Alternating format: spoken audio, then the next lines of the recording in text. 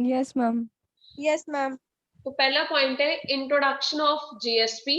तो पहला बुलेट है it stands for Java server pages. तो जेएसपी को क्या बोलेंगे? Java server Java pages. Server pages. Very good. JSP stands for Java server pages. Second है it is server side technology. Again, like servlet, it is only a server side technology. जो client request करेगा, server will understand it, process it, and send the response back to the client. So purely JSP is a Java server pages and it is server side technology. तीसरा point है it is used for creating a web application. Again देखो JSP and servlet both are interrelated, दोनों common terms है, interrelated है। एक दो जो may be weaknesses होंगी सर्वलेट की उसको ओवरकम करने के लिए ही जेएसपी को इंट्रोड्यूस किया है, otherwise both are common in most of the applications में वो कॉमन है। लाइक सर्वलेट भी सर्वर साइड टेक्नोलॉजी है, जीएसपी भी सर्वर साइड टेक्नोलॉजी है। जो सर्वलेट है they were used for creating web applications, I think वो dynamic थी। and जो JSP है same it is also used for creating a web application. next है it is used to create a dynamic web content. अब जो web का content होगा that is dynamic, मतलब not permanent, it is flexible, changeable होगा। In this, GSP tags are used to insert the Java code into the HTML pages. GSP के अपने tags हैं, जैसे HTML के tags हैं, XAML के tags हैं. In the same way, we have a GSP tags. तो वो tags आप use करोगे जब आपने Java code को HTML pages के साथ attach करना है. It is advanced version of servlet technology. जैसे मैंने आपको पहले बताया कि GSP is the improved and advanced version of servlet. It is web-based technology, purely web-based technology है, helps us to create dynamic and platform-independent web pages. Just like Servlet, it's platform-independent and it's used to create a dynamic web applications. In this, Java code can be inserted in HTML, XML pages or both. By using JSP, आप जावा के code को किसी भी दूसरी language के साथ add up कर सकते हो, लाइक चाहे HTML के साथ यूज करो, चाहे XML के साथ यूज करो, चाहे दोनों के साथ सेम टाइम पे यूज कर लो। लास्ट है JSP is first converted into servlet. जो भी आप JSP में कोडिंग लिखोगे, लाइक मैंने एक फाइल बनाई hello.jsp, तो सबसे पहले वो सर्वलेट फाइल में कन्वर्ट होगी hello.servlet में, और इसमें एक टर्म हम यूज करेंगे, आप नेक्स्ट पढ़ोगे जेएसपी कंटेनर। जो जेएसपी कंटेनर होगा जेएसपी का, वो आपकी हर एक जेएसपी फाइल को सर्वलेट फाइल में कन्वर्ट करेगा before processing the client request. तो जब हम क्लाइंट बीइंग अ क्लाइंट, जब मैं वेब सर्वर को रिक्वेस्ट करूंगी किसी भी फाइल के लिए, तो जो मेरी जेएसपी की फाइल होगी, जिसको हम लेट अस सपोज कि मैंने फाइल बना दी mca.jsp, तो mca.jsp सबसे पहले mca.servlet में कन्वर्ट होगी, लेकिन वो कन्वर्जन कौन करेगा, वो ट्रांसलेशन कौन करेगा, जीएसपी कंटेनर। उसके बाद आपका जो रिजल्ट होगा वो आपके पास वापस आएगा। Is that clear?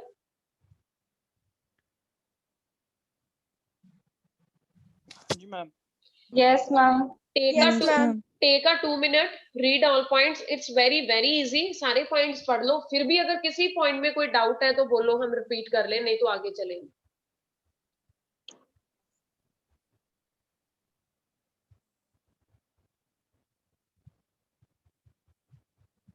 Ma'am last point बता दो। लास्ट में क्या होगा कि अब जेएसपी की बात कर रहे हैं ना अंकिता, तो जब हम देखो सी में कोड लिखते हैं तो डॉट सी के साथ सेव होता है, C++ में लिखोगे तो डॉट CPP के साथ, सर्वलेट में लिखेंगे तो डॉट सर्वलेट हो गया। अब जेएसपी का कोड है तो हम उसको स्टोर किस एक्सटेंशन के साथ करेंगे, डॉट जेएसपी। ठीक है, तो लेट अस सपोज कि तुमने एक फाइल बनाई जिसका नाम रखा अंकिता.jsp, लेकिन सबसे पहले जो तुम्हारी जेएसपी वाली फाइल होगी वो डॉट सर्वलेट फाइल में कन्वर्ट होगी। अब dot JSP file co dot servlet file में कौन कन्वर्ट करेगा, जेएसपी कंटेनर। ठीक है, ओके मैम। हाँ, तो सिंपली में इसमें क्या है कि जो डॉट जेएसपी फाइल्स है वो डायरेक्टली प्रोसेस नहीं होगी। एवरी डॉट जेएसपी फाइल, नाम चाहे कुछ भी हो, hello.jsp, mca.jsp, कोई भी नाम की फाइल आपने .jsp के साथ स्टोर की है, first it is converted into servlet file, then it is processed and the result sent back to the sender. जिसने भी रिक्वेस्ट सेंड की, जो भी क्लाइंट ने रिक्वेस्ट की, उसकी रिक्वेस्ट जो JSP में आई उसको सबसे पहले डॉट सर्वलेट में कन्वर्ट किया, फिर प्रोसेस किया. Clear to all? Yes, ma'am. Good. Yes, ma'am. Next step, it's very important topic. ਸਾਡੇ पैटर्न ਦੇ ਵਿੱਚ there is a question of 20 marks ना, तो JSP का पूरा क्वेश्चन 20 मार्क्स का है. JSP it's very lengthy topic, but पूरा 20 मार्क्स का क्वेश्चन है इसका. Features of JSP. Now qualities of JSP. First है coding in JSP is easy. जो इसकी कोडिंग है ना, it is very easy. You can add up Java code. आप जावा का कोड लिखो, किसी भी दूसरी लैंग्वेज के साथ उसको एड अप कर दो, चाहे HTML के साथ एम्बेड कर दो, चाहे XAML के साथ एम्बेड कर दो. Reduction in the length of code. In JSP we use action tags, custom tags. तो इसमें क्या होगा कि हम मल्टीपल टैग्स को यूज करोगे, दैट्स व्हाई जो आपका कोड की लेंथ है it will be reduced. Connection to database is easier. अगर आप JSP के किसी भी वेब फॉर्म को, वेब एप्लीकेशन को डेटाबेस के साथ, चाहे ओरेकल के साथ, चाहे MySQL हो गया, DB2 हो गया, MS Access हो गया, मतलब किसी भी डेटाबेस के साथ जब आप JSP के पेज को कनेक्ट करने की, कनेक्शन एस्टैब्लिश करने की कोशिश करोगे, it will be easier as compare to other technologies. Make interactive websites. By using JSP, we are able to design interactive websites. Means we can design or we can create a dynamic web pages. So wo web pages will be directly relate with the real time environment. That's why we are able to design attractive and good looking websites. It's portable, it's powerful, it's flexible and easy to maintain. ये सारी इसकी qualities हैं. Portable भी है, powerful भी है, flexible भी है और easy to maintain. No redeployment and no recompilation. It's dynamic. Dynamic है मतलब changeable, secure है, security है and platform independent. So no need to recompile. एक बार अगर आपने इसको compile कर दिया, error check कर लिया, then there will be no need to recompile it. ऐसा नहीं है कि जितनी बार आप इसको यूज करोगे उतनी बार ही आप बार इसको compile करोगे. That is not possible. एक बार आपने चेक कर लिया, एरर करेक्ट कर लिए, it means it is done. No need to recompile it again and again. Extension to servlet. As it has all the features of servlet, implicit objects and custom tags. It is the extended version of servlet. मैंने आपको पहले बताया है कि it is the advanced technology of servlet. तो इसमें क्या है, सर्वलेट के सारे फीचर तो है ही है, लेकिन अपने कुछ अलग से भी टैग्स होंगे, कुछ अलग से ऑब्जेक्ट्स होंगे. So these are the features of JSP. Clear? Yes, ma'am. Good. सबको क्लियर है? रहमान अंसारी आप आए हो? Yes, ma'am. गुड.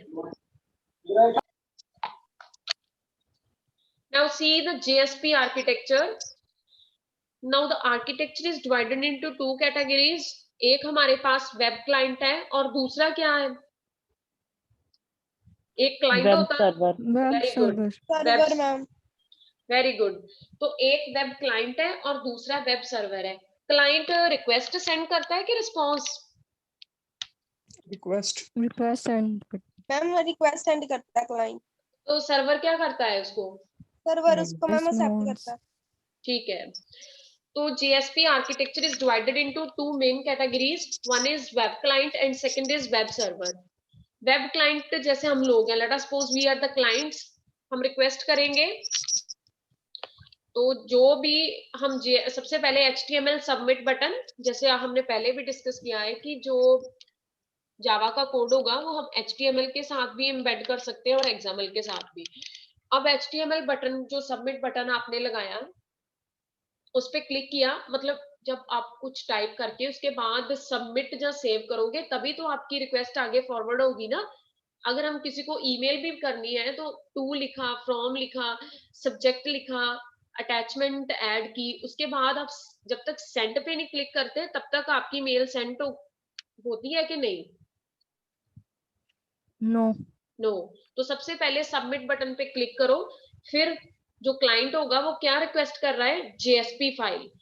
अब अच्छे से देख लो, web server is equivalent to GSP container. जैसे मैंने इंट्रोडक्शन के लास्ट पॉइंट में आपको बताया था ना कि जो जीएसपी कंटेनर होता है वो डॉट जेएसपी फाइल को किसमें कन्वर्ट करता है? डॉट सर्वलेट फाइल में। ठीक है, Yes, ma'am. तो सबसे पहले जो उसकी जेएसपी फाइल है, जेएसपी फाइल को उसने किस नाम से सेव किया है? Hello dot Hello JSP. dot JSP. Very good, hello dot JSP. अब ट्रांसलेशन होगी, JSP container will convert the dot JSP file to the servlet source code. तो जो डॉट जेएसपी वाली फाइल है हेलो डॉट जेएसपी, अब वो किसमें convert होगी? Hello dot Java. Java. Java.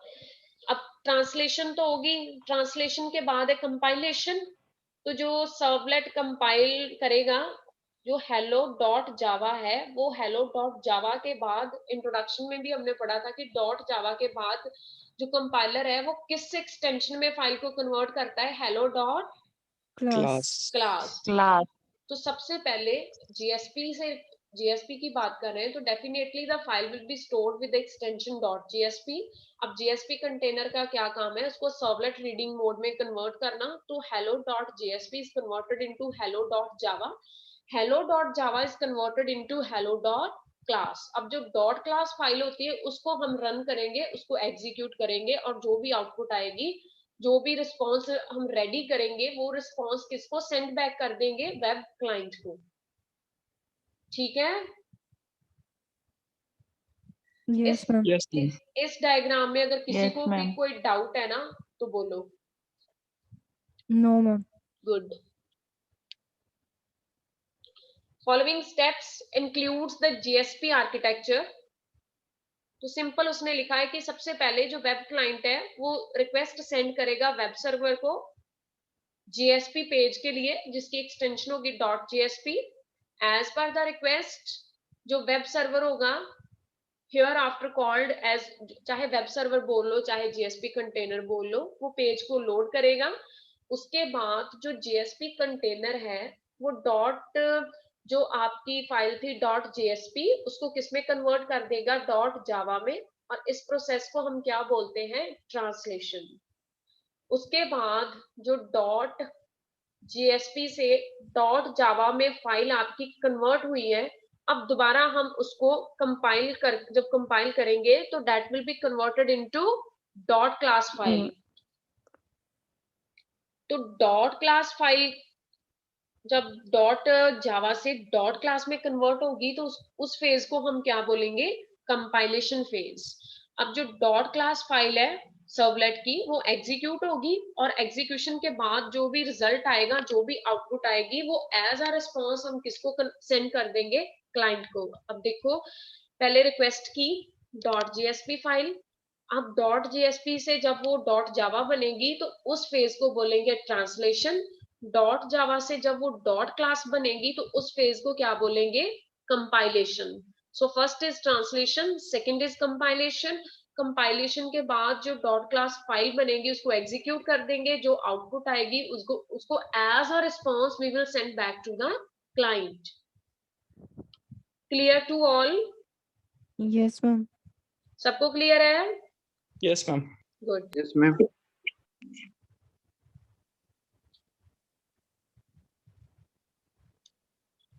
The GSP container converts the GSP file into servlet source file with extension .java. Simply जैसे मैंने आपको पहले बताया कि .jsp फाइल .java में कन्वर्ट होगी, उसके बाद .java फाइल .class में कन्वर्ट होगी। इसका मतलब है सारी जो कन्वर्जन आपकी हो रही है that is done internally। ठीक है, इंटरनल लेवल पे सारी कन्वर्जन हो रही है। Some people call it as a translation phase, कोई इसको ट्रांसलेशन बोलता है, कोई ट्रांसलेशन फेज बोलता है, and some people call it as a parsing.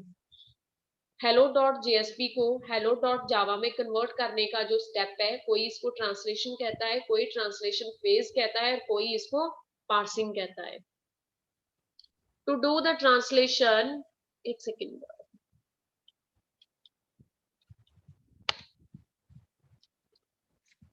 to do the translation, काफी अच्छे टूल्स हैं हमारे पास, लाइक पेज कंपाइल सर्वलेट है, और जो रिसेंट जीएसपी कंटेनर है वो यूज करता है GSP pre compiler listener, GSP compiler, मतलब these are the different online tools जो आप ट्रांसलेशन के लिए यूज कर सकते हो, ठीक है। Yes, ma'am.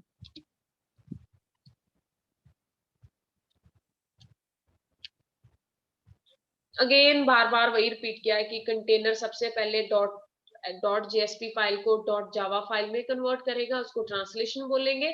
अब आपने डॉट जेएसपी से डॉट जावा में ट्रांसलेट कर लिया, ट्रांसलेट करने के बाद आप डॉट जावा से जब डॉट क्लास में कन्वर्ट करोगे तो उसको बोलते हैं हम कंपाइलेशन। अब प्रोग्राम कंपाइल हो गया, इसका मतलब है उसके एरर हमने चेक कर लिए। कंपाइल करने के बाद आप उसको क्या करोगे, एग्जीक्यूट करोगे। एग्जीक्यूट करने के बाद जो भी उसकी आउटपुट होगी उस आउटपुट को हम सेंडर को, जो भी वेब क्लाइंट है उसको एज अ रिस्पॉन्स फॉरवर्ड कर देंगे, ठीक है। Yes, ma'am. Yes, ma'am. Next heading डाल लो, life cycle of GSP. Life cycle of GSP.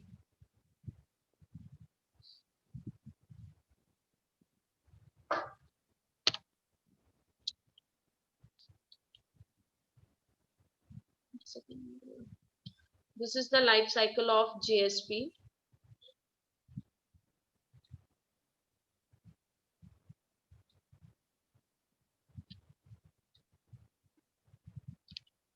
Life cycle of GSP.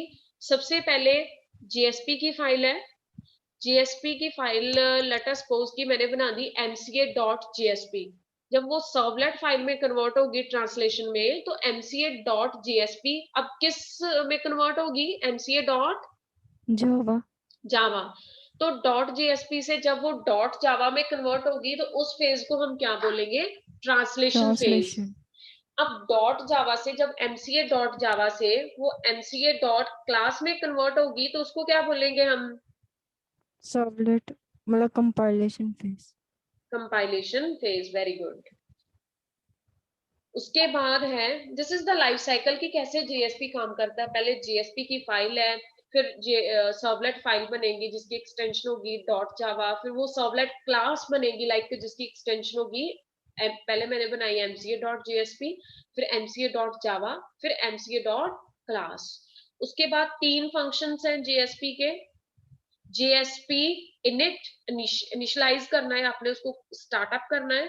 GSP service और जीएसपी डिस्ट्रॉय। जो इनिशियलाइजेशन और डिस्ट्रॉय है वो पूरे लाइफ साइकिल में एक बार ही कॉल होता है, इट कॉल्ड ओनली वंस। और जो जीएसपी सर्विस फंक्शन है ना, handle multiple request and send response. आप उसको मल्टीपल टाइम कॉल कर लो, जितनी बार भी वेब सर्वर के पास रिक्वेस्ट आएगी उतनी बार ही जीएसपी सर्विस मेथड कॉल होगा। लेकिन जो इनिशियलाइजेशन है और जो डिस्ट्रॉय मेथड है they are called only once during the life cycle of JSP. Diagram clear? Yes, ma'am. Yes, ma'am. These are the following steps. Translation of GSP page to servlet. सबसे पहले वही बात again, सबसे पहले GSP page servlet में convert होगा, उसको बोलेंगे कंपाइलेशन फेज। फिर हम क्लास लोड करेंगे, उसके बाद आप ऑब्जेक्ट्स क्रिएट करोगे, उसके बाद इनिशियलाइज करना है तो जीएसपी इनिशियलाइजेशन मेथड कॉल करोगे। रिक्वेस्ट आ रही है आपके पास, ठीक है, रिक्वेस्ट मतलब web client is sending the request to the web server. तो रिक्वेस्ट जब वेब सर्वर के पास कोई भी रिक्वेस्ट आएगी ना, उस रिक्वेस्ट को हैंडल करने के लिए, प्रोसेस करने के लिए जो आपका वेब सर्वर होगा जिसको हम जीएसपी कंटेनर भी बोलेंगे, वो जीएसपी सर्विस मेथड को कॉल करेगा। अब इनिशियलाइज भी कर लिया, सर्विस मेथड भी कॉल कर लिया, जो रिक्वेस्ट आई उसको प्रोसेस किया, रिस्पॉन्स को सेंड बैक किया, उसके बाद अब जीएसपी क्लीन अप करना है तो हम किस मेथड को कॉल कर लेंगे, जीएसपी डिस्ट्रॉय मेथड को, ठीक है।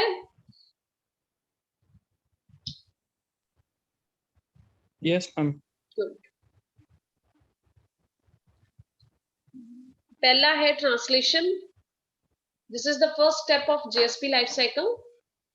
इसमें प्रॉपर आप जेएसपी की जो ट्रांसलेशन है ना, ट्रांसलेशन में क्या होता है कि बेसिकली आपने उसके टोकन्स वगैरह चेक करने हैं, सिंटेक्स वगैरह चेक करने हैं, मतलब पूरे जब ट्रांसलेशन करते हैं you have to check everything. उसमें जो आपकी जेएसपी फाइल है, जिसे इसमें डेमो जो एग्जांपल के बेस पे क्लास ली है, दैट इज test.jsp। तो test.jsp फाइल ट्रांसलेशन फेज में test.java में ट्रांसलेट हो जाएगी। कंपाइलेशन में क्या होगा कि जो आपकी फाइल test.java है उसको कंपाइल करके हम क्लास फाइल में कन्वर्ट कर देंगे। क्लास फाइल में जब कन्वर्ट करेंगे तो टेस्ट डॉट जो हमारी जावा थी वो किस में कन्वर्ट होगी, टेस्ट डॉट क्लास में।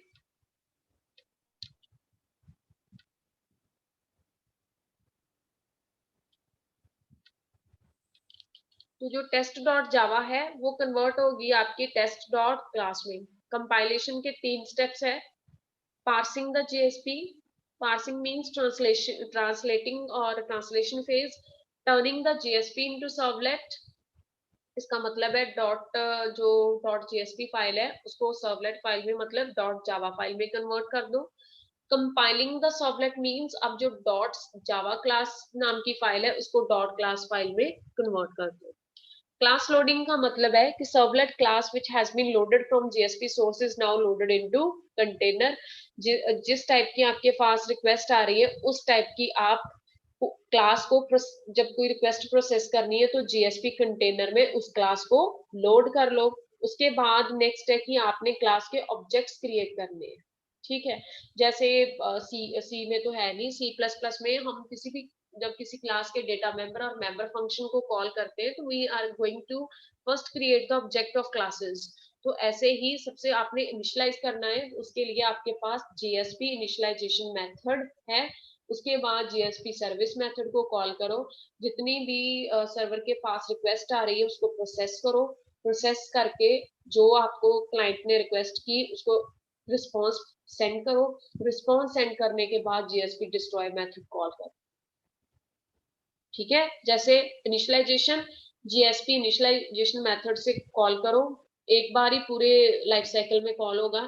फिर उसकी रिक्वेस्ट को प्रोसेस करना है तो जेएसपी सर्विस मेथड कॉल करो। फिर अब आपने काम कर लिया है तो मेरी मेमोरी जो है वो मैं वेस्ट नहीं करूंगी फालतू में, तो हम जेएसपी डिस्ट्रॉय मेथड कॉल करेंगे। और इसका सिंटेक्स है जेएसपी डिस्ट्रॉय मेथड का, public void JSP destroy simply. It's very important for 2 marks. Write down the syntax of JSP destroy method. तो destroy method आप कैसे कॉल करोगे, public void JSP destroy, उसके बाद जो भी बॉडी आपने लिखनी है, जिस मेथड को जिस फंक्शन को डिस्ट्रॉय करना है उसकी कोड आ जाएगा। Is that clear? Yes, ma'am. Yes, ma'am. Next heading डाल लो JSP syntax.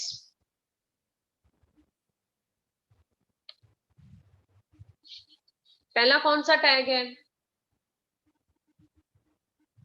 Declaration tag. declaration tag तो डेक्लेरेशन टैग हम क्यों यूज करते हैं Rabia, why it is used, किसको डिक्लेयर करते हैं डेक्लेरेशन से? मैम वेरिएबल्स को डिक्लेयर करते हैं ना। ठीक है, तो इसका सिंटेक्स देख लो। सबसे पहले angle bracket, then angle bracket के बाद क्या है, percentage sign, Percentage. Percentage sign, उसके बाद क्या है परसेंटेज साइन के बाद, exclamatory sign, Exclamation. Exclamation sign. ठीक है, ये उसका फिक्स्ड सिंटेक्स है। अगर आपने प्रोग्रामिंग करनी है जहां जेएसपी को यूज करना है तो दिस इज द सिंटेक्स। पहले एंगल ब्रैकेट, फिर percentage sign, then exclamation sign, then data ma'am type. इसको नॉट इक्वल नहीं बोलते? नहीं रवनीत, नॉट तो है लेकिन नॉट, हाँ ओनली नॉट, इक्वल टू नहीं, ओनली नॉट। Okay okay. साथ में इक्वल नहीं ना लगा, देख इधर, अगर ऐसे हो then it is called not equal to, it is only not. हाँ जी। तो ओके फर्स्ट ओके। उसके बाद declare the data type of the variable, integer, float, double, character, जो भी डाटा टाइप है। उसके बाद वेरिएबल नेम, जैसे इसने इंट var लिया, equal to the value of variable, मतलब जो इंटीजर टाइप का आपने वेरिएबल डिक्लेयर किया है उसकी वैल्यू ली 10, देन सेमीकोलन, उसके बाद जो आपका वो साइन है परसेंटेज का, देन एंगल ब्रैकेट आप क्लोज करोगे. This is the basic syntax for declaring the variable in JSP. ठीक है.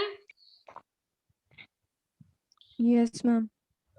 जैसे हम कोई और वेरिएबल डिक्लेयर किया, इसको सारे को कॉपी कर लेते हैं.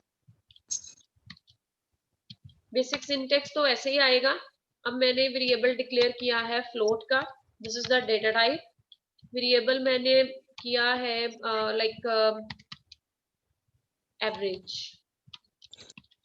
वेरिएबल नेम है एवरेज और इसकी एवरेज आ गई 90.0. ठीक है. तो ऐसे आप किसी भी वेरिएबल को डिक्लेयर कर सकते हो जीएसपी में. सबको clear? Yes, ma'am. Yes, ma'am. Next tag कौन सा है?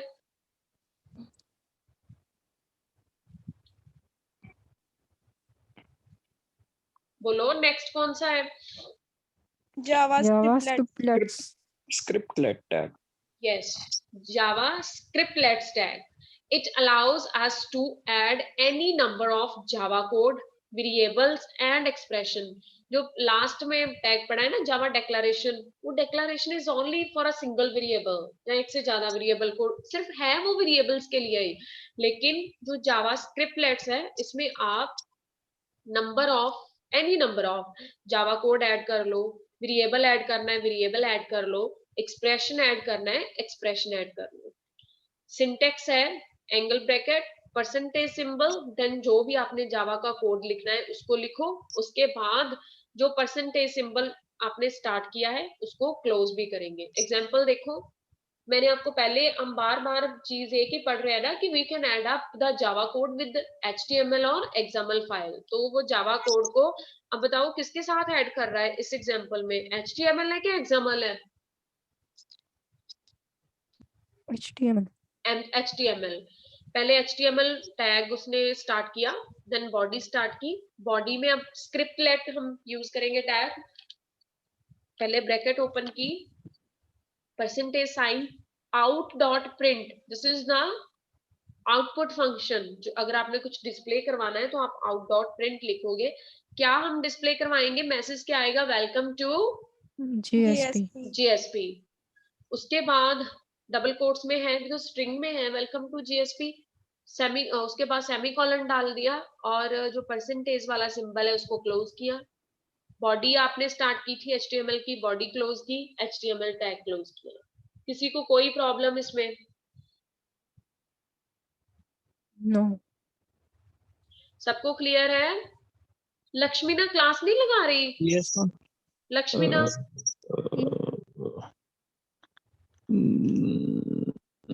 है मैम यहीं पे है. लक्ष्मीना है. लक्ष्मीना तुम क्लास में हो? हाँ जी मैम, मैं तो बोल रही हूँ. बोल. कब से बोली? बात तो तूने एक भी नहीं की. मैं तो बोल ही रही थी.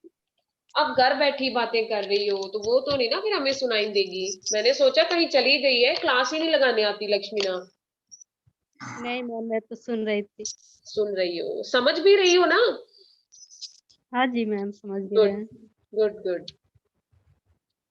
वो राशि वर्मा नहीं आएगी, उसकी बहन की शादी है तो वो एक हफ्ते की छुट्टी पे है, बाकी तो सभी क्लास में चाहिए. नेक्स्ट है जीएसपी एक्सप्रेशन. एक्सप्रेशन आपको पता है combination of operators and operands. ऐसे ही हमें उसमें बताया जाता है ना C++ में कि एक्सप्रेशन क्या होता है? Combination of operators and operands. Simple वही सिंटेक्स है. ब्रैकेट ओपन की, परसेंटेज का साइन आया, नंबर 1 इज इक्वल टू, जैसे इसको ऐसे कर लो, sum is equal to number 1 plus number 2. दो नंबर्स को ऐड करेंगे, उसका जो प्लस आएगा वो किस में चला जाएगा? सम में. ठीक है. Yes, ma'am. सबको क्लियर? Yes, ma'am. उसके बाद जावा कमेंट्स. कमेंट क्या चीज होती है? Ma'am, just for the knowledge of the developer और जिसको कोड जा रहा है. लेकिन tell me one thing Simrat, Yes. Comment execute होते हैं कि नहीं? नहीं नहीं मैम। मैम नहीं होता। नहीं नहीं होते। Good good. चलो कमेंट कैसे लिखना है? वही सेम सिंबल, ब्रैकेट ओपन करो, परसेंटेज सिंबल, उसके बाद जिसको भी, जिस लाइन को भी आपने कमेंट करना है उसको इसमें ऐड अप कर दो। नेक्स्ट है डायरेक्टिव्स। इसमें ना सिलेबस चेक करना, जीएसपी में छोटे छोटे टॉपिक्स हैं। तो नेक्स्ट है directives. These directives provide directions and instructions to the container, telling it how to handle certain aspects of GSP processing. नाम से clear है, directive means to direct someone how to do some task. हम ऐसे direct करते हैं ना, मैंने आपको ऐसे डायरेक्ट किया था ना कि लाइन वाले पेज नहीं यूज करोगे, A4 शीट्स यूज करोगे, हर पेज नंबर लिखोगे, अपना नाम लिखोगे। मैंने आपको बताया था ना फाइनल एग्जाम जब आपके ऑनलाइन स्टार्ट होने से पहले। Yes ma'am. तो Yes, these ma'am. Are the directions, directives. ऐसे ही जीएसपी के भी डायरेक्टिव्स हैं जो उसको इंस्ट्रक्ट करेंगे, जो उसको डायरेक्शन बताएंगे कि अगर तेरे पास मल्टीपल जीएसपी रिक्वेस्ट आए तो how to process it, how to handle it. ठीक है। A GSP directive affects the overall structure of the servlet class. अब आपको डायरेक्शन कैसे मिलती है, आपकी की सारी वर्किंग उस पर डिपेंड है। लेट अस सपोज कि मैं आपसे कोई मीटिंग ही ना करती, मैं आपको बताती ना कि एमसीए क्लास ऐसी शीट्स नहीं, ऐसी शीट्स यूज करनी है, आप जिस मर्जी पेज पे लिख देते, लेकिन एट द एंड में आपको बताती कि ओ सॉरी आई फॉरगेट, मैं आपको बता नहीं पाई, आपके तो मार्क्स कट गए बिकॉज आपने A4 शीट्स पे नहीं लिखा। तो आपका ओवरऑल आपकी परफॉर्मेंस में उसका इफेक्ट आता है ना। तो क्या होता है, ऐसे ही आप किस टाइप की डायरेक्टिव यूज कर रहे हो वो पूरे की पूरी आपकी सर्वलेट क्लास को रिफ्लेक्ट करेगी। ठीक है। Yes ma'am. उसके बाद है it usually has the following form. कैसे डायरेक्टिव आपने लिखनी है, सेम वही, ब्रैकेट ओपन करो, percentage sign, at the rate, directive attribute is equal to value. This is the syntax. इसको मैं ऐसे कर देती हूँ। Directives can be, directives can have a number of attributes which you can list down as a key pair, key value pairs and separated by commas. Like जैसे name is equal to, जैसे मैं कर दूं, हमारी class की बात करें, roll number is equal to 1, again comma, वो बता रहा है ना एक से ज्यादा एट्रीब्यूट हो सकते हैं। Roll number is equal to 1, की वैल्यू पेयर होता है ना, रोल नंबर की है और उसकी वैल्यू 1 है, comma roll number is equal to 2, comma roll number is equal to 3। मतलब हम एक से ज्यादा एट्रीब्यूट और उसकी वैल्यू डिक्लेयर कर सकते हैं, लेकिन आपस में उसको सेपरेट किसके साथ करेंगे, कॉमा के साथ। The blanks between the @ symbol and the directive name, comma, and between the last attribute and the closing are optional. It's up to you कि आप इसमें कोई स्पेस रखोगे कि नहीं। जो @ सिंबल है और जो आपकी डायरेक्टिव का नेम होगा, प्लस जो लास्ट एट्रीब्यूट होगा और जो आपका परसेंटेज सिंबल होगा, लाइक दिस। वो ऐसे कहना चाह रहा है जैसे परसेंटेज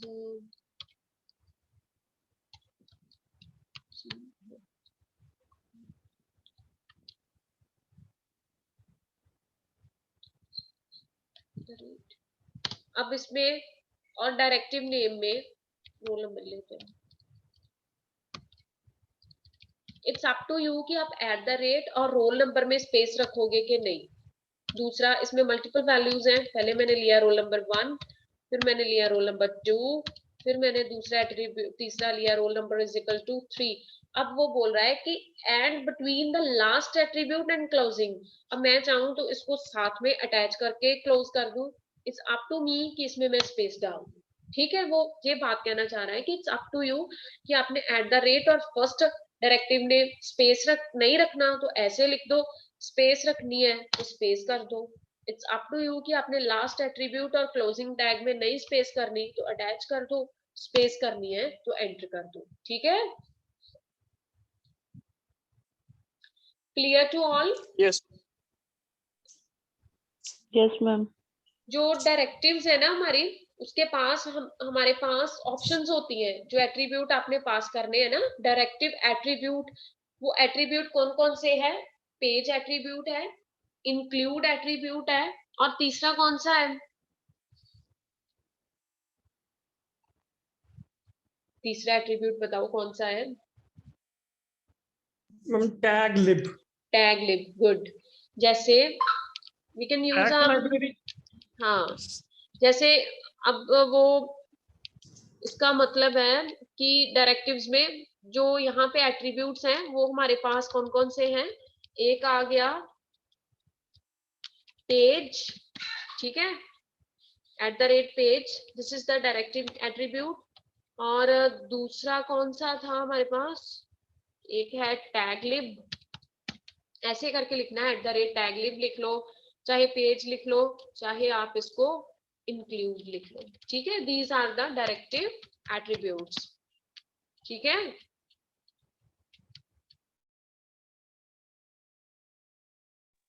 हेलो मैम, मैम का कट हो गया। ऑडिबल? यस मैम, आ गए। हाँ, तो पहला एट्रीब्यूट है हमारे पास पेज। तो पेज क्या डिफाइन करेगा? Page dependent attributes like scripting language, like कोई एरर पेज है, कोई बफरिंग रिक्वायरमेंट्स है। अगर आप page directive attribute page choose करोगे तो आप पेज रिलेटेड सारे एट्रीब्यूट्स डिफाइन करोगे, लाइक स्क्रिप्टिंग लैंग्वेजेस, लाइक कोई एरर पेज की कोडिंग है, कोई बफरिंग रिक्वायरमेंट है, तो वो सारी किस डायरेक्टिव एट्रीब्यूट के अंडर आएगी? पेज के। अगर आप इंक्लूड को एडअप कर रहे हो as a directive attribute, it means इसमें क्या आएगा? It includes the file during the translation phase. तो वो सारी की सारी फाइल्स इंक्लूड कर देगा जो आपको ट्रांसलेशन फेज में चाहिए। लाइक जब आपको .jsp से .java में कन्वर्ट करनी है तो उस टाइम पे जो ट्रांसलेशन फेज पे जो आपको फाइल्स चाहिए वो सारी इंक्लूड होगी। तीसरा है टैग लिब, सॉरी। इसमें वो सारे के सारे टैग्स, जो लाइब्रेरी टैग्स हैं, जो कस्टम एक्शंस वगैरह हैं, वो जितने भी आपने पेज में यूज करने हैं, जो लाइब्रेरी टैग्स हो गए, कुछ कस्टम एक्शंस हो गए, वो सारे के सारे डिक्लेयर कर देगा, ठीक है। Yes ma'am. तो these are the directive attributes. अब जो डायरेक्टिव एट्रीब्यूट्स आप लिख रहे हो उसकी ऑप्शंस है कि आप इसमें से कौन कौन सा डायरेक्टिव एट्रीब्यूट यूज कर सकते हो।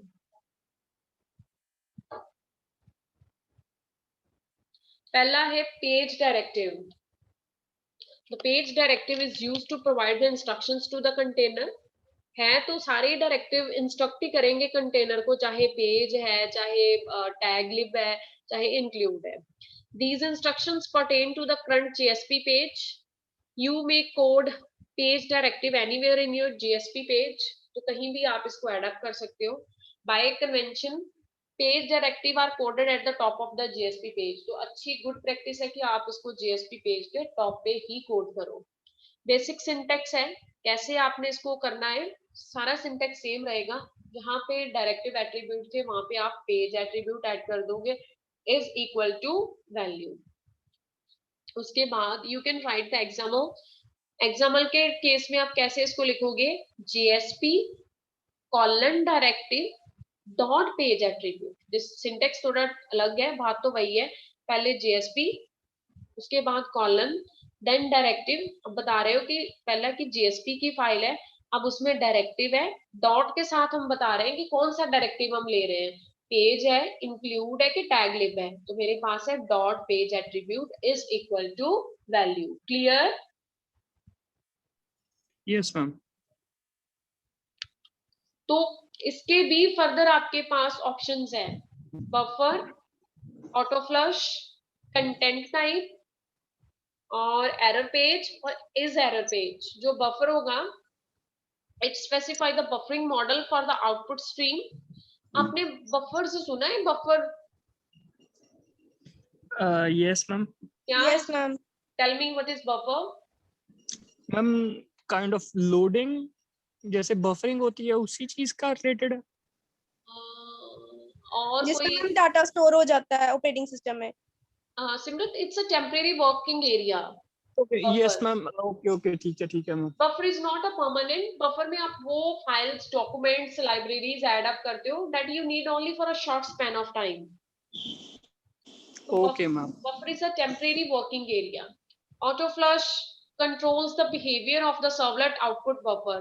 जो auto flush है वो जो आपके सर्वलेट के आउटपुट बफर का बिहेवियर है, मतलब उसको कंट्रोल करेगा। कंटेंट टाइप नाम से क्लियर है कि किस टाइप का आप कंटेंट टाइप करोगे, उसके कंटेंट की टाइप को कंट्रोल और डिफाइन करेगा। Error page defines the URL of another GSP that reports on Java unchecked runtime exceptions. अब exception handling आपने इसमें पढ़ी है ना Python में, exception handling। Yes ma'am. ये भी दो टाइप की एक्सेप्शंस होती है, चेक्ड और अनचेक्ड। तो एरर पेज में क्या होगा कि वो उस पेज का यूआरएल बताएगा जिस पेज पे हमको प्रॉब्लम आ रही है। अगर आपने मे बी बीसीए में प्रोजेक्ट किया होगा जिन बच्चों ने भी, तो जब हम ESP का या .NET का पेज रन करते हैं ना, तो पूरे प्रोजेक्ट में सिर्फ उसी पेज का नाम आता है जिस पेज पे एरर होता है। Is error page indicates if this JSP page is the URL specified by another JSP page error page attribute। इस error page का मतलब होता है क्या ये वही पेज है जिसपे एरर आ रहा है। तो सबसे पहले आपने आइडेंटिफाई करना होता है कि क्या सच में वही पेज है जो आपको लिस्ट हो रहा है, जो आपको शो हो रहा है, क्या इसी में ही एरर है कि जहाँ एरर कोई और है। ठीक है। Yes ma'am. इंक्लूड क्या करती है, इंक्लूड ट्रांसलेशन फेज के टाइम, ट्रांसलेशन के टाइम इंक्लूड क्या करती है, फाइल्स को इंक्लूड करती है। This directive tells the container to merge the content of other external file with the current JSP during the translation phase। अब जब ट्रांसलेट कर रहे हो तो ट्रांसलेशन के टाइम में आपको कोई और अगर एक्सटर्नल फाइल चाहिए तो उसको आप मर्ज कर सकते हो। ठीक है। जैसे अगर हम आपके MCA सेमेस्टर 1 की बात करें तो आपकी हमारी क्लास में सेमेस्टर 1 में 2 सब्जेक्ट्स आउटसाइड थे ना, लाइक इंग्लिश और दूसरा क्या है आपका मैथ। तो अगर मैं आपकी क्लास का रिजल्ट डिजाइन करूं, ट्रांसलेट करूं, तो मेरे को 3 सब्जेक्ट्स तो मेरे डिपार्टमेंट के थे, पाइथन, ADS और ADBMS। तो क्या मैं तीनों से रिजल्ट बनाऊंगी कि जो एक्सटर्नल फाइल्स है मतलब दूसरे डिपार्टमेंट के उसको भी ऐड अप करेंगे हम? सारी ऐड करेंगे हम दूसरे सारी, डिपार्टमेंट की भी। हाँ। तो इंक्लूड का क्या मतलब है कि ऐड करना, इंक्लूड करना। तो ऐसे ही जो इंक्लूड डायरेक्टिव्स है वो भी डायरेक्ट करता है कि आपको अगर कहीं भी ट्रांसलेशन फेज के टाइम पे किसी और एक्सटर्नल फाइल को भी ऐड अप करना है तो आप अपनी करंट JSP के साथ एक्सटर्नल फाइल्स को भी ऐड अप कर सकते हो। इसको भी आप कहीं भी ऐड कर सकते हो JSP के पेज पे। सिंटेक्स क्या है, bracket %@ include file is equal to relative URL। अब इसमें फाइल्स की बातें कर रहे हैं तो फाइल का डेफिनेटली हम पाथ URL ही कॉपी करेंगे, तो आप उसका सारे का सारा पाथ रिलेटिव URL कॉपी कर लोगे। तो क्या होगा कि इट्स गुड प्रैक्टिस कि आप फाइल नेम ना उसमें स्पेसिफाई करो, बेटर है कि आप पूरे का पूरा उसका URL ही बता दो। सेकंड है, पहला सिंपल है कि कैसे ESP में, दूसरा है कि आपने अगर XAML फाइल यूज कर रही है तो कैसे बताओगे, JSP कॉलन, फिर आप शो करोगे कि डायरेक्टिव में कौन सा यूज कर रही हूँ, include file is equal to जो फाइल आपने इंक्लूड करनी है उसका URL कॉपी कर दोगे। ठीक है। Yes ma'am. Tag labs, sorry lab नहीं, इट्स लिब। टैग लिब में क्या है कि लाइब्रेरी टैग्स हो गए, कस्टम टैग्स हो गए, एक्शन टैग्स हो गए। आपने क्या करना है कि जितने भी टैग्स आपको आपके JSP के पेज को डिजाइन करने के लिए चाहिए वो सारे के सारे आपने ऐड अप करने हैं। इसका क्या सिंटेक्स है, bracket then %@ tag lib URI is equal to URI prefix, इसमें ना URL होगा नहीं URI है। प्रीफिक्स मतलब आपने कोई प्रीफिक्स लगाना है तो वो लगा दो कि prefix of the tag. It's simply a name, nothing else. Here the URI attribute value resolves to the location the container understand and prefix attribute informs the container what bits of markup are custom actions। तो सबसे पहले जो URI आपका attribute होगा वो आपको वो location बता देगा, यहाँ से आपने कस्टम टैग या एक्शन टैग पिकअप करने हैं। और उसके बाद क्या है, एक सेकंड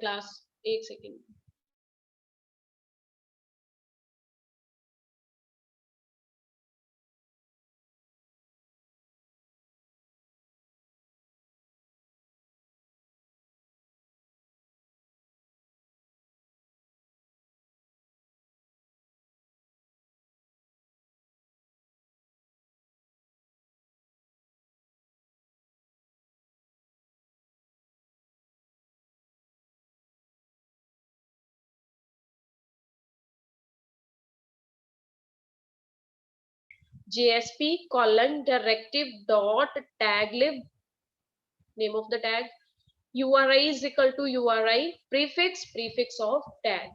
ठीक है,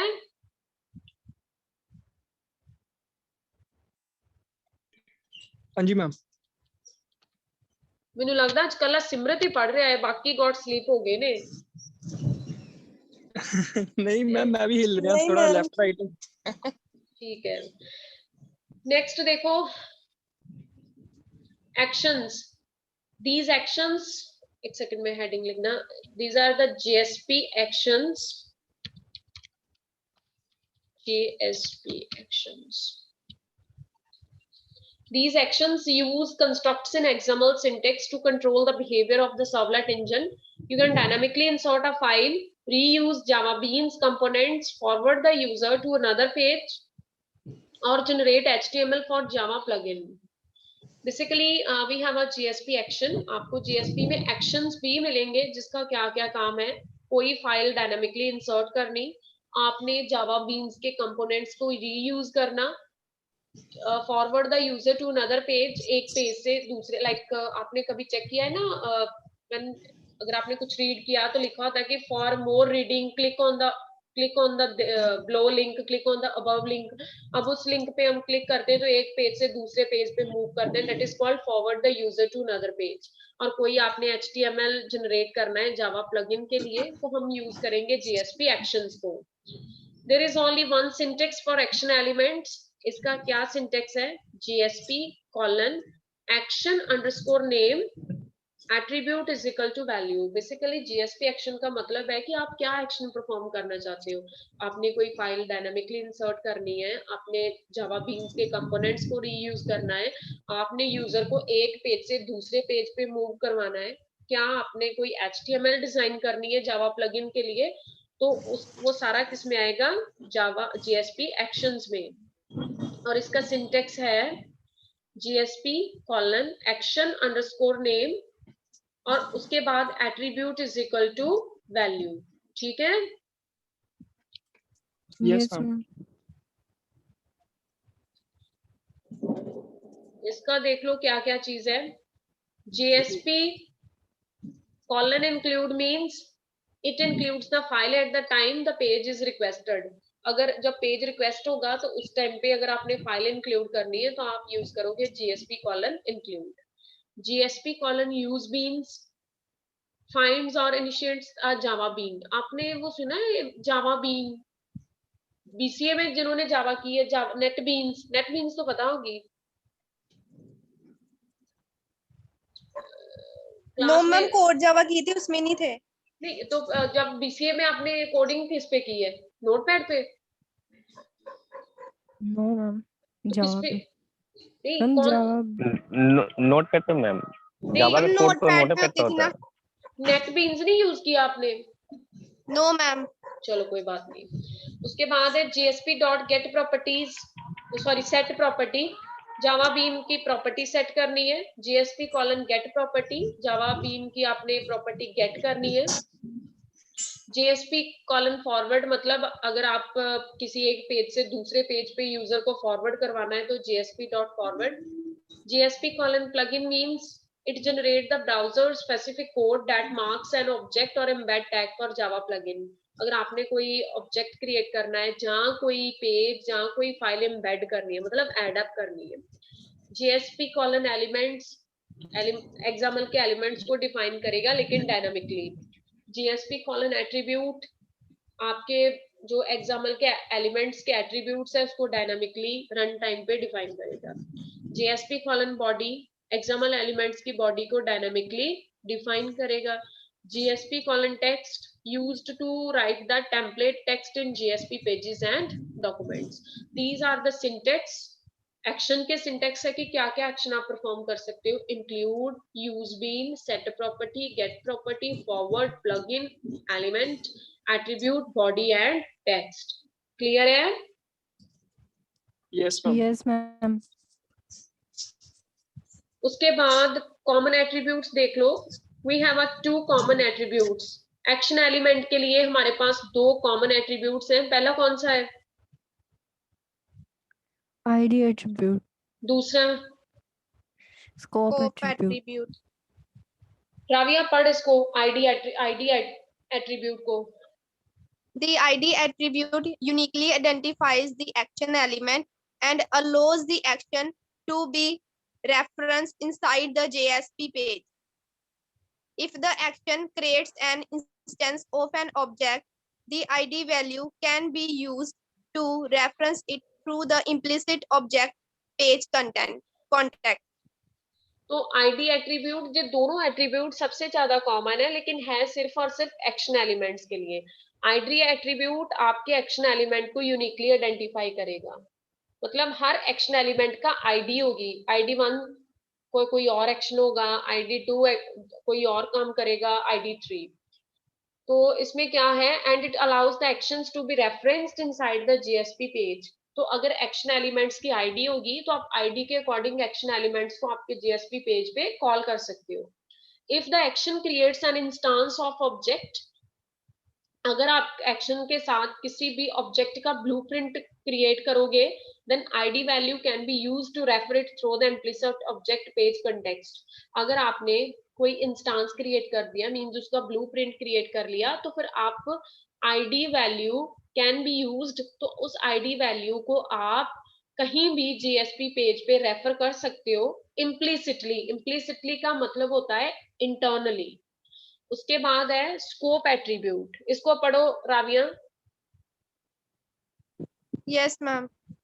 Scope attribute. This attribute identifies the life cycle of the action element.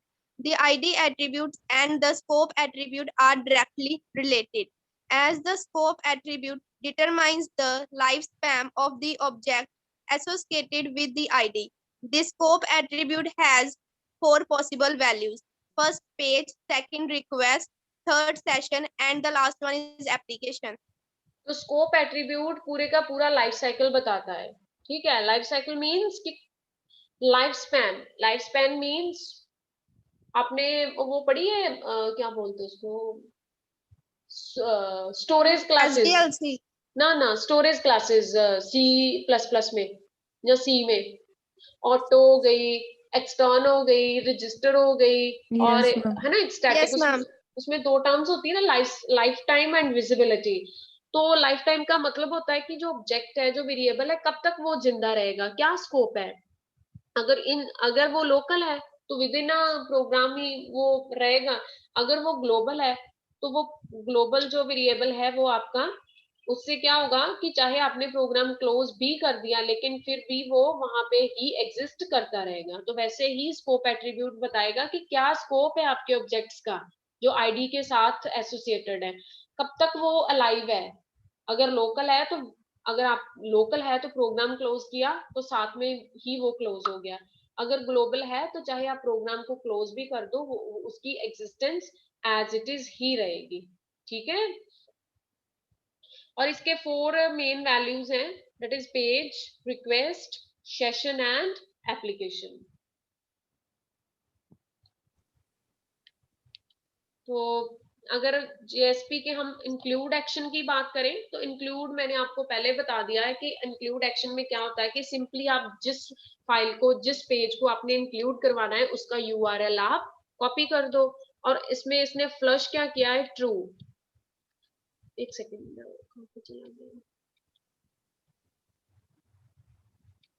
तो पहला एक्शन कौन सा है, इंक्लूड। इंक्लूड का मतलब होता है कि आप जिसको भी, जिस पेज को, जिस फाइल को, जिसको भी आपने इंक्लूड करवाना है, जिस लिंक को, तो आप उस पेज का यूआरएल डाल दोगे और वो जीएसपी पेज पे इंक्लूड हो जाएगा, ठीक है। Yes ma'am. Yes, ma'am. Include का मतलब है ना, जैसे हम हैश इंक्लूड लिखते हैं, तो आप जीएसपी पेज को जब ट्रांसलेट करते हो तो उस टाइम आप जिस पेज, जो पेज आपको चाहिए, जो डायरेक्टरी आपको चाहिए, जो भी कंटेंट चाहिए, उसका यूआरएल कॉपी कर दो। उसके बाद इसकी फर्दर है पेज। इसमें दो चीजें हम देख रहे हैं ना, जीएसपी कॉलन इंक्लूड, एक तो पेज है और दूसरा वेरिएबल हम देख रहे हैं फ्लश। दोनों देख लो क्या चीज है। पेज तो वो पेज आ गया जिसका हम एड्रेस कॉपी करेंगे, फ्लश क्या होता है? Boolean attribute determines whether the included resource has its buffer flushed before it is included. इसका मतलब होता है कि इंक्लूड करने से पहले क्या आपने फ्लश आउट किया है, मतलब उसको मेमोरी उसकी क्लियर की है कि नहीं। फ्लश एक फंक्शन है जो क्लियरेंस के लिए हम यूज करते हैं।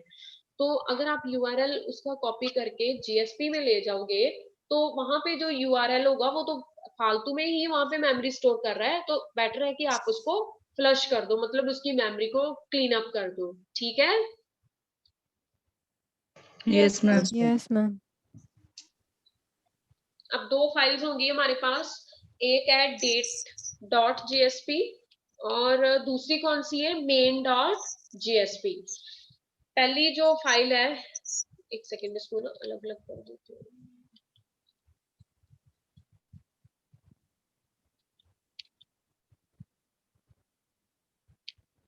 ये तो मैं थोड़ा मैशअप हो गया।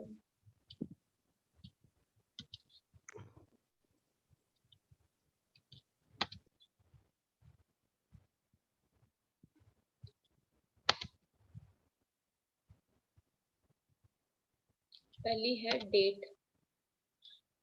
डेट फाइल है पहली, date.jsp। मतलब हमने करंट डेट फेच करनी है जो मेरे लैपटॉप पे, जो आपके कंप्यूटर में शो हो रही है, उसको हमने आउटपुट करवानी है। तो p टैग किसके लिए यूज होता है HTML में? Paragraph tag. हाँ, पैराग्राफ के लिए मैम, यस। पैराग्राफ। तो आपने p टैग यूज किया, मैसेज में प्रिंट करवाना चाहती हूँ टुडेज डेट, जो भी मेरे लैपटॉप पे टुडेज डेट होगी मैंने फेच करनी है। अब जीएसपी में कोड हो रही है ना, HTML और जीएसपी। तो पहले ब्रैकेट आ गई, ब्रैकेट के बाद परसेंटेज सिंबल आ गया, स्टैंडर्ड सिंटेक्स से आएगा ही आएगा। फिर इसका सिंटेक्स होता है, जैसे हमें पता होता है ना, प्रिंट एफ आउटपुट के लिए है, स्कैन एफ इनपुट के लिए है, गेट करना है तो गेट लिखेंगे, पुट करना है तो पुट। ऐसे ही आपके ऐसे जावा का सिंटेक्स होता है, new java.util.date as it is. आपको बना बनाया पैकेज जावा में मिलता है किसी भी डेट को गेट करने के लिए। To local string. अब जावा में हर चीज आपकी सबसे पहले आपने पढ़ा होगा, रैपर क्लासेस वगैरह, पार्सर क्लासेस, तो वो स्ट्रिंग में पहले कन्वर्ट होती है। जो भी डेट होगी उसको हम फेच करेंगे, उसके बाद वो स्ट्रिंग में कन्वर्ट होगी, फिर उसका जो हमने परसेंटेज सिंबल ओपन किया है वो क्लोज करेंगे, बाद में पैराग्राफ क्लोज कर देंगे। ठीक है? तो इसका मतलब है कि हमने क्या किया है, सिंपली एक जीएसपी की फाइल बना दी डेट, जिसमें मैंने java.util.date पैकेज लगाकर डेट को फेच किया है। अब जो डेट आएगी वो सबसे पहले स्ट्रिंग में कन्वर्ट होगी। Clear? Yes ma'am.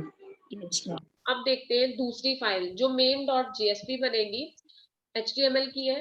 HTML tag आ गया, हेड टैग आ गया। टाइटल में मैं उसको बता रही हूँ कि इंक्लूड एक्शन की एग्जांपल है।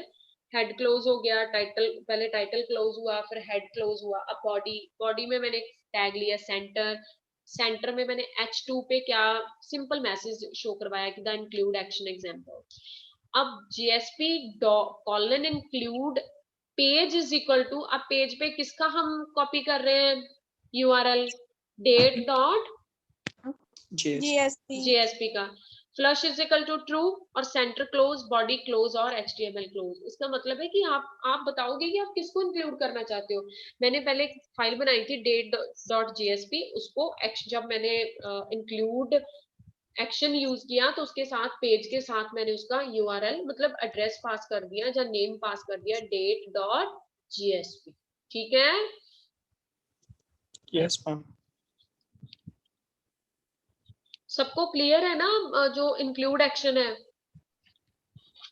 इंक्लूड एक्शन का सिंपल मतलब है कि दो फाइल्स बनाई, पहली को दूसरे केस में जो HTML की फाइल है उसमें इंक्लूड कर दिया, मतलब चाहे उसका पाथ दे दो चाहे उसका नाम दे दो। इसका मतलब है अब जो date.jsp की सारी कोडिंग किस में आ गई? main.jsp में। ठीक है? Yes, ma'am. नेक्स्ट हमारे पास है JSP colon use beam action.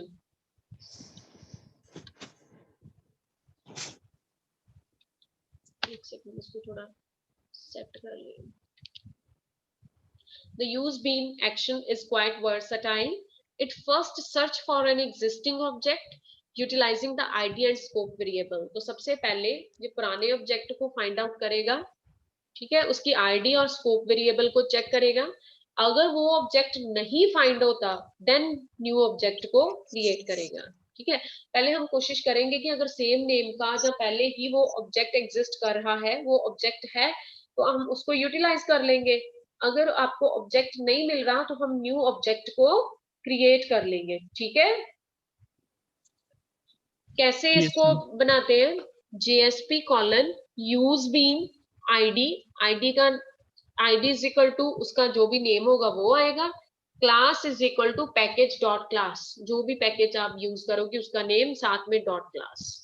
Once a bean class is loaded, एक बार आपने क्लास को लोड कर लिया तो आप दो एक्शंस उस पे यूज कर सकते हो, JSP कॉलन सेट प्रॉपर्टी और JSP कॉलन दूसरा कौन सा है? Property ma'am. पहला सेट प्रॉपर्टी है, दूसरा कौन सा है? Get property. Get property. तो यूज बीन एक्शन वेरिएबल को, ऑब्जेक्ट को फाइंड करता है उसकी आईडी और स्कोप वेरिएबल की हेल्प से. अगर तो ऑब्जेक्ट मिल गया तो यूज करो, अगर नहीं मिला तो आप उस ऑब्जेक्ट को क्रिएट करोगे. एक बार आपने बीन क्लास लोड कर ली, उसके बाद आप उस पे सेट प्रॉपर्टी और गेट प्रॉपर्टी दोनों को यूज कर सकते हो. देखो कैसे. अब इसमें हम वेरिएबल्स कौन कौन से यूज किए? एक क्लास, एक हमने यूज किया टाइप और एक बीन नेम. क्लास क्या डिफाइन करती है? Package designates the full package name of the bean. तो क्लास में उसने ऐसे लिखा है ना, class is equal to package dot class, तो इसमें पूरे के पूरा पैकेज का नेम आएगा जो बीन यूज करेगा. टाइप किस टाइप के वेरिएबल को ऑब्जेक्ट रेफर कर रहा है वो टाइप में आएगा.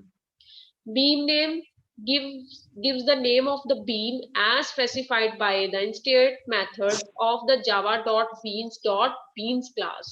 तो किस टाइप के मेथड को वो यूज कर रहा है उसका पूरे का पूरा नेम बीन नेम में लिस्ट आउट होगा. ठीक है, यस मैम.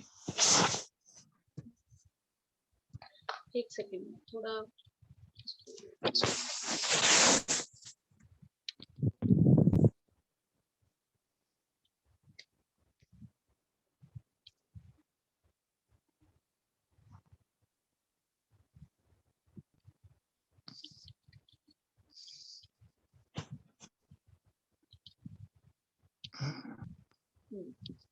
देखो, let us now discuss the JSP.set property और get property action. तो पहला एक्शन हम कौन सा डिस्कस करेंगे? JSP कॉलन, पहला कौन सा है मैम? Set property. यस, पहला set property. The set property action set the properties of the bean. आपको नाम से क्लियर है, सेट प्रॉपर्टी मींस बीन की प्रॉपर्टी सेट कर दो. गेट प्रॉपर्टी मींस कि जो जो प्रॉपर्टीज आपने सेट की उसको क्या करना है? गेट करना है. ठीक है, यस मैम. दो हमारे पास टेक्निक्स हैं सेट प्रॉपर्टी एक्शन के लिए. पहली है JSP colon use bean ID is equal to my name, और उसके बाद है JSP colon set property name is equal to my name or property is equal to some property. In this case, the JSP colon set property is executed regardless of whether a new bean was initiated or an existing bean was found. अगर आप property set कर दोगे तो चाहे no matter कि आपके पास previous object है कि आपके पास new object है, आपने उसकी property को set करना है. तो this is the syntax.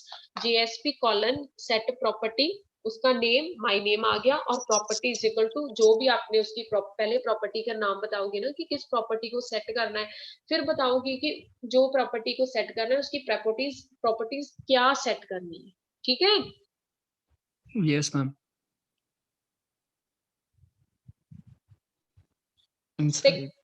second context in which JSP.set property can be appear is inside the body of JSP colon use bean. इस केस में वो outside का body है. This is the main difference. इसको बोल कर देती हूँ. Outside the body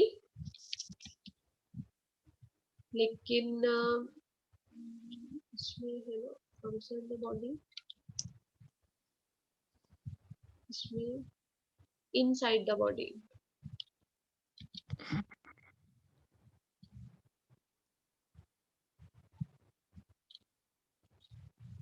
इसमें देखो पहले उसने यूज बीन ओपन किया, क्लोज किया, लेकिन इस केस में सबसे पहले आपने JSP colon use bean ID को ओपन किया, फिर आपने प्रॉपर्टी सेट की और उसके बाद आपने स्लैश डालकर JSP कॉलन यूज बीन को क्लोज किया। मतलब इनसाइड प्रॉपर्टी सेट करने का रूल वही है, लेकिन within a use bean. ठीक है, JSP यूज बीन ओपन किया, फिर प्रॉपर्टी सेट की, फिर स्लैश डालकर उसने JSP कॉलन यूज बीन को क्लोज किया। पिछले वाले में उसने JSP यूज बीन को ओपन किया, क्लोज किया, उसके बाद उसने USP जो JSP की सेट प्रॉपर्टी है उसको सेट किया। सेट का सिंटेक्स सेम है, लेकिन इनसाइड और आउटसाइड का ही डिफरेंस है। ठीक है, यस मैम। नेम होगा जो आपको प्रॉपर्टी का नेम बताएगा, प्रॉपर्टी बताएगी कि आपने प्रॉपर्टी क्या सेट करनी है। ठीक है, नेम तो होगा कि नेम होगा कि किसकी प्रॉपर्टी सेट करनी है, उसका नेम। अब नेम तो मैंने बता दिया कि इसकी प्रॉपर्टी सेट करनी है, अब उसकी क्या प्रॉपर्टी सेट करनी है वो प्रॉपर्टी में आएगा। वैल्यू मतलब जो भी आप एट्रीब्यूट्स डालोगे प्रॉपर्टी में, हर एट्रीब्यूट के कॉरेस्पॉन्डिंग उसका क्या होगा, value. Pram it means parameter, तो आप इसकी पैरामीटर्स को सेट करोगे। पैरामीटर और वैल्यू सेम टाइम पे दोनों यूज नहीं होंगे, जहां तो आप उसकी पैरामीटर पास कर सकते हो, जहां आप उसकी वैल्यू सेट कर सकते हो। ठीक है, यस मैम। मैम ये पैरामीटर है कि परम ही है? ये परम ही है, ओके मैम। शॉर्ट नेम ही है, परम, ऐसे ही चलेगा। Yes ma'am. नेक्स्ट है get property.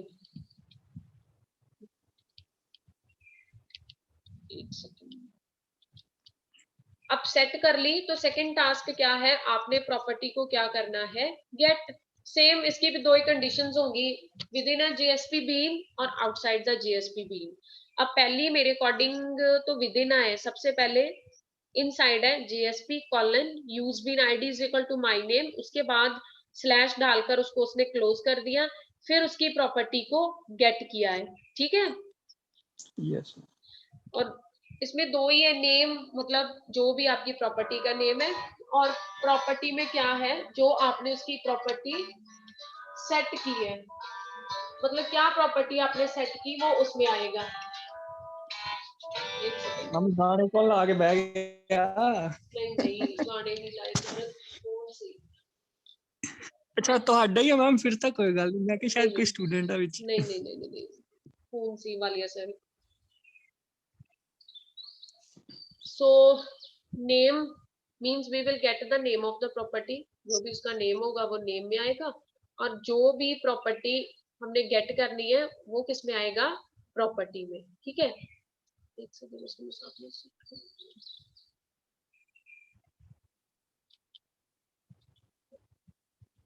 Name will specify the name of the property, और प्रॉपर्टी विल स्पेसिफाई जो आपने प्रॉपर्टी गेट करनी है, प्रॉपर्टी के बारे में बताएंगे।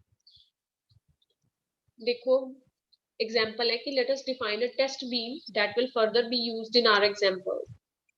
मैंने पैकेज ऐड किया है एक्शन, क्लास का नेम है test bean, private access specifier है, स्ट्रिंग में मैसेज लिया, message is equal to no message specified, it's just like a कोई भी मैसेज या कुछ भी लिख लो।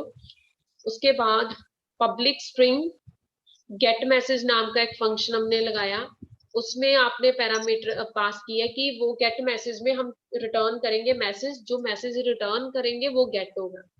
उसके बाद पब्लिक वॉइड सेट मैसेज, दो टाइप के गेट मैसेज और सेट मैसेज। स्ट्रिंग सारी के सारी स्ट्रिंग में होगा, because Java and advance Java both relate perform with only a string. उसके बाद आपके पास रैपर क्लासेस होती है जो स्ट्रिंग को इंटीजर में या किसी और डाटा टाइप में कन्वर्ट करें। This dot message is equal to message, this एक कीवर्ड है जावा में जो करंट वेरिएबल को, करंट प्रेजेंट एक्टिव इमीडिएट जो उसका वेरिएबल होता है उसको पॉइंट आउट करता है। दिस दिस हम इसलिए यूज करते हैं जब हम इनहेरिटेंस हमारे पास मल्टीपल क्लासेस होती है ना, at that time we will use the this keyword.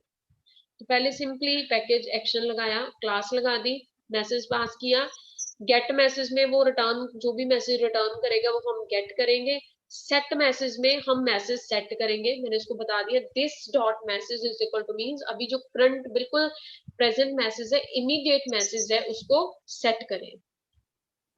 अब वो क्या करेगा, कंपाइल करेगा और टेस्ट बीन डॉट क्लास बनेगी। फिर उस क्लास को आप जो पाथ दिया है सारा, सी में जाओगे, अपाचे टॉमकैट, उसमें वेब एप्लीकेशन नाम का फोल्डर होगा, क्लासेस होंगी, एक्शन होगी, आप उस पे जाओगे उस फोल्डर में, और उसके बाद class path variable should also be set to this folder, तो उसी फोल्डर में क्लास का पाथ भी आप सेट कर दोगे।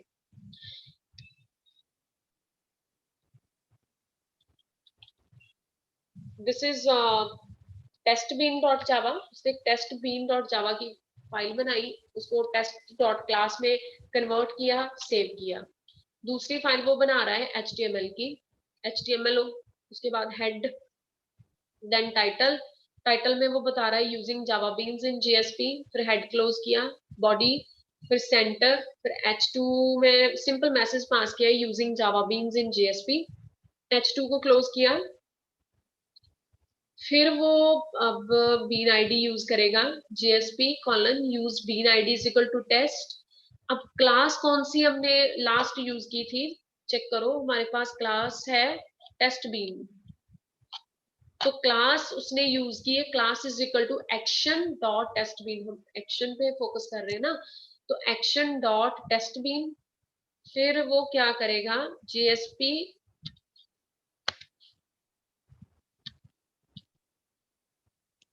JSP की सेट करेगा प्रॉपर्टी, प्रॉपर्टी का नेम है टेस्ट, प्रॉपर्टी की टाइप होगी मैसेज, वैल्यू होगी उसकी हेलो JSP, और उसको क्लोज किया। फिर पैराग्राफ में गॉट मैसेज, सिंपली आप एक मैसेज प्रिंट करवाओगे गॉट मैसेज। अब प्रॉपर्टी सेट मैंने जो किया, अब उसको मैंने गेट करना है, तो गेट प्रॉपर्टी का नेम भी टेस्ट है और सेट प्रॉपर्टी का नेम भी टेस्ट है। उस प्रॉपर्टी के टाइप भी मैसेज थी और गेट प्रॉपर्टी की टाइप भी मैसेज है।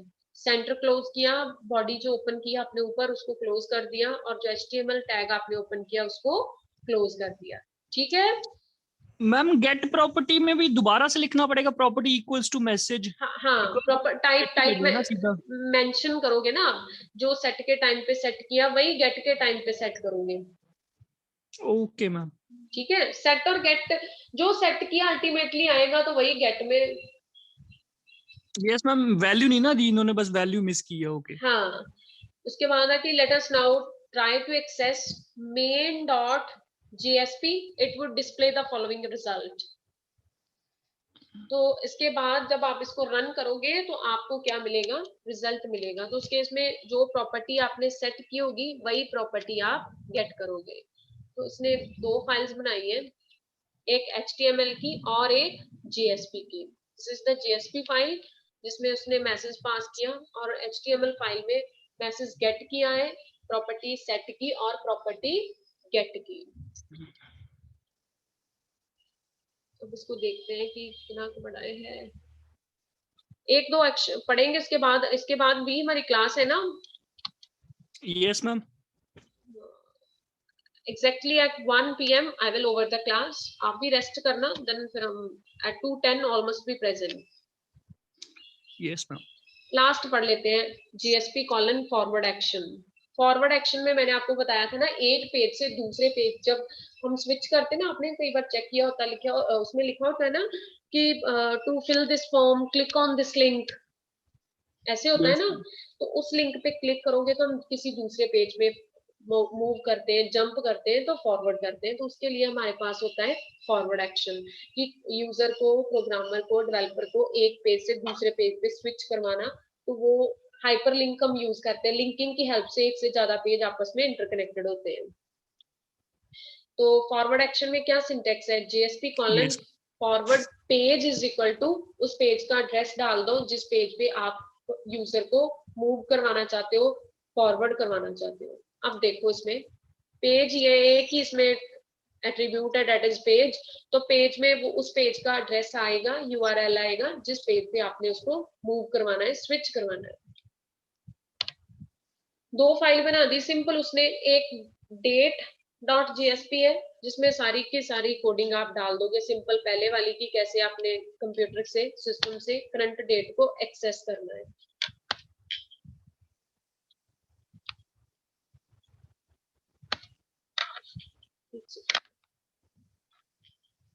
दूसरी मेन डॉट जेएसपी है, मेन डॉट जेएसपी पे अब हम पेज का एक second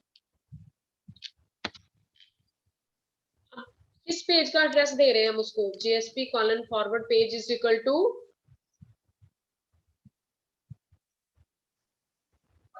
data.jsp, date.jsp, date dot मैम जेएसपी। date हाँ, इसका JSP. मतलब है कि जब वो इस सेक्शन पे आएगा तो वो जब क्लिक करेगा डेट डॉट जीएसपी तो वो सीधा जो डेट डॉट जीएसपी वाले पेज पे आपको लेकर जाएगा, मतलब सीधी आपके पास आउटपुट क्या आएगी, डेट डॉट जीएसपी में हम क्या फेच कर रहे हैं, current date of the system.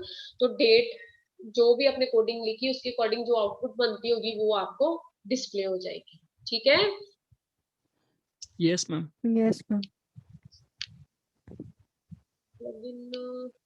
चलो अब जो बाकी के हैं अब इसको हम 210 पे पढ़ते हैं। ठीक है, okay ma'am. Okay, ma'am. All must be present, मैंने जितना भी पॉसिबल होगा इसको खत्म करने की कोशिश करेंगे, सारा नहीं मतलब जितना भी हम पढ़ पाएंगे उतना पढ़ लेंगे। ठीक है, Yes ma'am. Yes, ma'am. Take a break, rest कर लो, ब्रेक ले लो, all must be present at 210। Okay ma'am. Okay, ma'am. Okay bye, take care, bye.